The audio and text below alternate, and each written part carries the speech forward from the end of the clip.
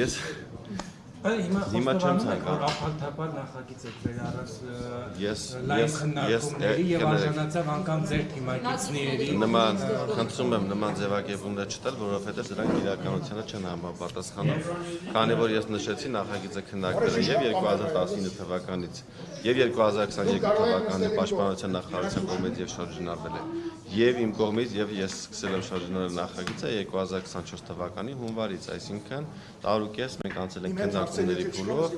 եւ քննարկումների արդյունքում կառավարությունը տվել է դրական եզրակացություն, միայն դրանից հետո ես պաշտոնապես շարժնարել եմ նախագիծը եւ լայնորեն քննարկվել է այն, ինչպես հանրության ներկայացուցիչների միջև մենք իդեպ նաև կազմակերպել ենք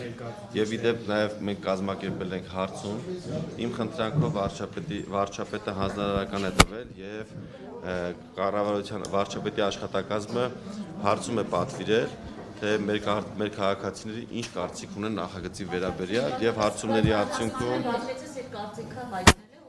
բազմիցս հայտնել է հարցումների տեսքով նաև դրական այդ հարցումները առկա են, որը մենք պատվիրել ենք եւ հանրությունը տվել է կողմ է նախագծին եւ միայն հանրության կողմ դիրքորոշում ունենալուց հետո ես նախագիծը շրջանառել եմ։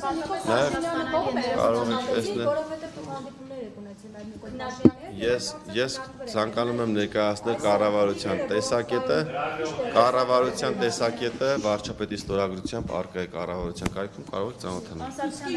Անգամ փոխնախարարը ինչու չգիտեր թե մոտավորապես քանի հոգու վրա կարող է տարածվել ձեր առաջարկած օրինագիծը տարեկան 5 հոգի է, 8 հոգի է, 20 հոգի է, այսինքն նա նույնիսկ չէր հասկանում թե այդ քվոտավորումը ինչ կարգով պետք է անի, այսինքն այս բացերը ինչպես են շփվել։ Տեսեք, նախագիծը շատ ընդգրկուն է եւ իր առջեւ մեծ նպատակ է դրել, որ պետք է հասնի դրան։ Նպատակը հետեւյալն է, մենք պետք է ունենանք +10% զորակոչ, քան ունենք միջև օրենքի նախագիծ շրջանառվել է, ինչը մասամբ արդեն իրականացվել է, մենք ունենք 3-4% մոտ ավել զորակոչ, որովհետև արդեն իսկ կատարել ենք մի շարք փոփոխություններ, որոնք կառավարության տիրույթում էին, եւ եւս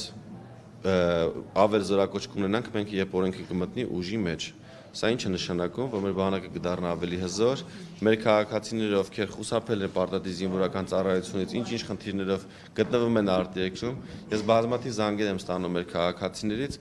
ովքեր ոգևորված են այդ օրենսդրական նախաձեռնությամբ, մեկը ունի որդի, մեկը ունի ծնող իր խնամքի տակ, մեկը ամուսնացած է, նրանք չեն կարողանում գալ եւ ծառայել 2 տարի ժամկետով, խնդրում են, որպեսզի իրենց տրվի հնարավորություն, իրենք կան մասնակցեն երկրի պաշտպանությանը, զորագրվեն,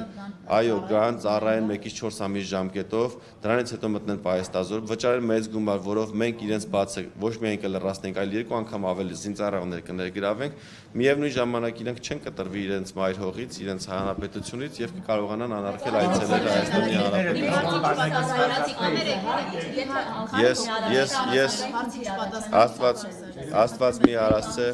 Աստված մի արասցե, եթե անվտանգային խնդիր լինի, մենք այս դեպքում կունենանք ավելի 10%-ով ավելի շատ զինծառայողներ եւ 10%-ով ավել պահեստազորայիններ, ինչը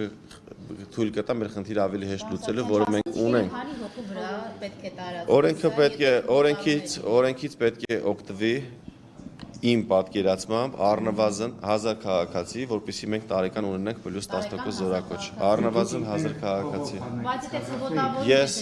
եթե հարցը դրվում է, ես բանակից փողով բնականաբար չէի ազատվի, ես բանակից ազատվելու հնարավորություն ունեցել եմ 2012 թվականին, երբ պետք է զորակոչվեի ծառայության, բայց չեմ գնացել այդ ճանապարհով։ Այդ ճանապարհը կարճատեսությունն է, ես գիտեք, որ միշտ գրել եմ ակնոցներ, օպտիկական, հիմա էլ գրում եմ թաղանթային լինզաներ, ես ունեմ կարճատեսություն եւ կարող էի բազմաթիվ մեր քաղաքացիների նման չգնալ պարտադիր զինվորական ծառայության հայտնի ճանապարհներով, այն ժամանակ ըստ տարեթվերի հայտնի է թե որ հիվանդությունով ինչ արժեր բանակից ազատվել է։ Ես գնացել եմ պարտադիր զինվորական ծառայության։ Իսկ եթե հարցը դրվեր հիմա ես կօգտվեի այս տարբերակից կվճարեի թե կգնայի ծառայության ինչպես ես եմ գնացել, նշեմ, որ գումար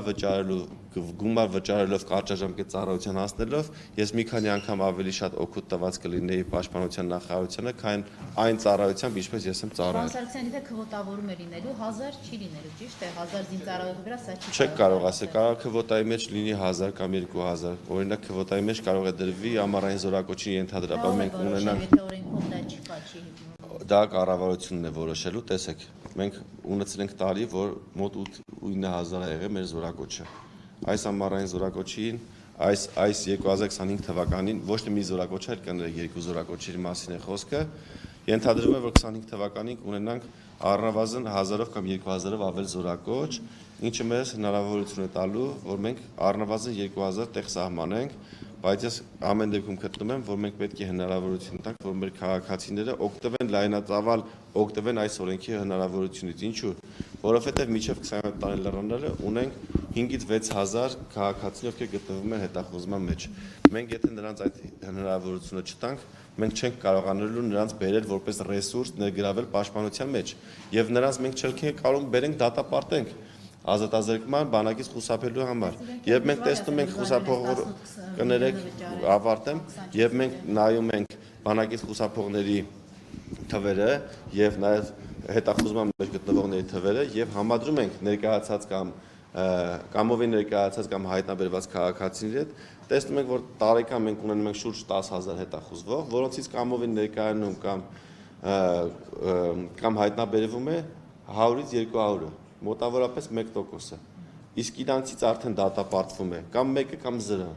Այսինքն մենք չենք կարող հայտնաբերենք կամ նենց անենք, որ այս քաղաքացիները գան եւ անգամ եթե նրանք գալիս են կամ հայտնաբերվում են, չեն դատապարտվում ազատազրկման։ Այստեղ մենք պիտի ուրիշ ճանապարհով գնանք։ Մեր նպատակը չպիտի լինի նա, որ մենք բոլորին դատապարտենք 1-ից 3 տարվա ազատազրկման, որովհետեւ դա բան չի տալու բանակին, հակառակը մենք գումար ենք ծախսելու այդ անձանց կալանքի մեջ պահելու համար։ Մարդը չի ուզենալու գալ, որպեսզի այս գումարները նախ չի ունենալու վճարելու եւ չի վերադառնալու պարզապես Հայաստան, գումարները չի վճարելու։ Տեսեք, մենք պետք է հնարավորություն տանք մեր բոլորը 100%-ով ուզում են այդ ովքեր որ խուսափեր են։ Բնականաբար կլինեն քաղաքացիներ, ովքեր կշարունակեն խուսափել, եւ ես չեմ նշում, որ այ բոլոր խուսափողներին կամ 100% խուսափողներին նպատակ իհարկե կա, բայց կանխատեսում չկա, որ բոլորը օգտվեն։ Բայց քանի տոկոսը դա չենք կարող։ Ես ասում եմ, իմ օրենքի նպատակը հետեւյալն է, որպեսզի խուսափողների առնվազն 10%-ը գան պարտադիր զինվորական ծառայության։ Դժվար է։ Երաշխիք ունեք, որ 10%-ը կգա, Ես բնականաբար երաշխիքներ չկան։ Կախված է նաև մեր աշխատանքի արդյունավետությունից։ Ինչպես մենք կարող ենք պայքարել, որպեսզի բժշկական հիվանդությունների թղթեր սարքելը չլինի հեշտ։ Դրա համար մենք արդեն իսկ կատարել ենք աշխատանք եւ եւս հիմա ունենք 5 աշխատանքային խումբ, որոնցով աշխատում ենք այս ուղղությամբ։ Հաջորդը քաղաքացիությունից հրաժարվելու համար մենք սահմանում ենք բարձր տուրք, որպեսզի մեր քաղաքացիները չհրաժարվեն քաղաքացիությունից եւ գան ծառայության։ Իհարկե նրանց մի մասը կշարունակի հրաժարվել քաղաքացիությունից, կամ եթե չկարողանա հրաժարվել, կդիմի փախուստի ընդհանրապես չի ներկայանա զորակոչի առանց հրաժարվելու։ Ինչի փորձը մենք ունենք վերջին 1 տարվա ընթացքում եւ մենք ակտիվ պայքարում ենք խախտումների դեմ, զորակոչի չներկայացնողների թիվը կրկնապատկվել է, այսինքն փախուստի դիմողների թիվը կրկնապատկվել է։ Մենք պիտի այնպես անենք, որ մեր քաղաքացիները չփախնեն։ 15 միլիոնը չէ քաղաքացիները։ Այո։ Առաջարկում ավել 15 միլիոնը կվճարեն կհրաժարվեն, որպեսզի 18 եւ 24 միլիոն չվճարեն եւ 1.4 ամիս ծառայեն։ Այո, թող վճարեն 15 միլիոն դրամ եւ հրաժարվեն քաղաքացիությունից, մենք իրենց փոխարեն ներգրավենք 2 պայմանագրային զինծառայողների եւ այդ գումարը Հայաստանի Հանրապետություն շրջանառվի։ Ինչ նկատի ունեմ, մեր այն քաղաքացիները, ովքեր որ գնում են արտերկրյա աշխատանքի,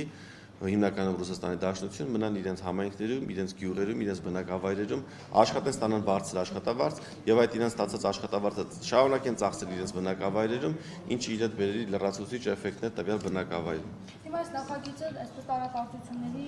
վեճերի առիթ է դարձել։ Դուք որոշակի զիջումներ անելու եք, որովհետեւ ասում են կարող է ընդունվել օրենքը, բայց ժամկետների Տեսեք, զիջումների այստեղ կներեք, այստեղ ամբիցիաների կամ անձնական որևէ շահի մասին խոսք չի կարող լինել, որ զիջեմ կամ չզիջեմ։ Եթե լինեն փաստարկներ, որոնց հիման վրա կառավարությունը կհամոզի եւ համոզել է գնալ փոփոխությունների, ես կգնամ դրանց։ Եթե ես կունենամ ծանրակշիռ փաստեր, որոնց հիման վրա կարողանամ հետագայում կառավարության գործընկերներին ասել վերանայել այս իշկետը, ես կգնամ այդ ճանապարհով։ Եթե մենք ունենք գործընկերներ, ովքեր ունեն առաջարկներ, դրանք խնդրում եմ եւ միջև այս պահները խնդրել եմ, որպեսզի դրանք գրավոր ներկայացնեն մեր քննարկմանը, որպեսզի համ ես դրա մասին կարծիք արտահայտեմ, համ նաեւ կառավարությունը, որպեսզի կառավարությունը ժամանակ ունենա եւ հայտնի։ Ցավոք սրտի, ինչ շրջանառվել է նախագիծը վերջին 3 ամիսների ընթացքում, ազգային ժողովի պատգամավորների կողմից որևէ առաջարկ չի եղել։ Գրավոր առաջարկի մասին է խոսքը։ Այո, մեր խմբակցությունը մեծ է եւ ազգային ժողովում ունենք 100-ից ավել պատգամավորներ կամ պատգամավորներ, ովքեր ասում են մի ամիսը քիչ է, դառնա 2 ամիս, մեկը ասում է 15 միլիոնը քիչ է, դարձնենք 30, մեկը ասում է 24 միլիոնն է շատ, իջացնենք 6 ամիսը սարքենք 4 ամիս, 4 ամիսը սարքենք 8 ամիս։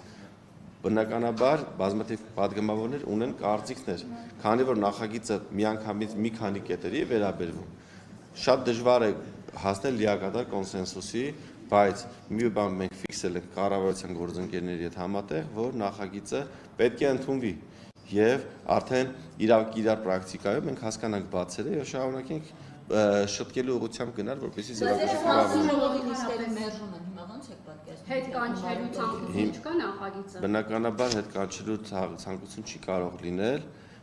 Նախագիծը անցել է բոլոր փուլերը։ Այսօր հանձնաժողովում ոչ դրական, ոչ բացասական նախագիծ ստացավ, կային կընդգրկվի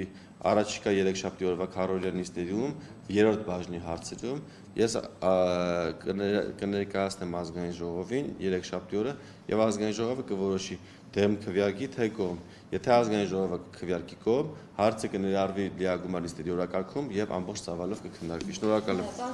նաև քանի հստակություն ենք եկեղեցու հետ։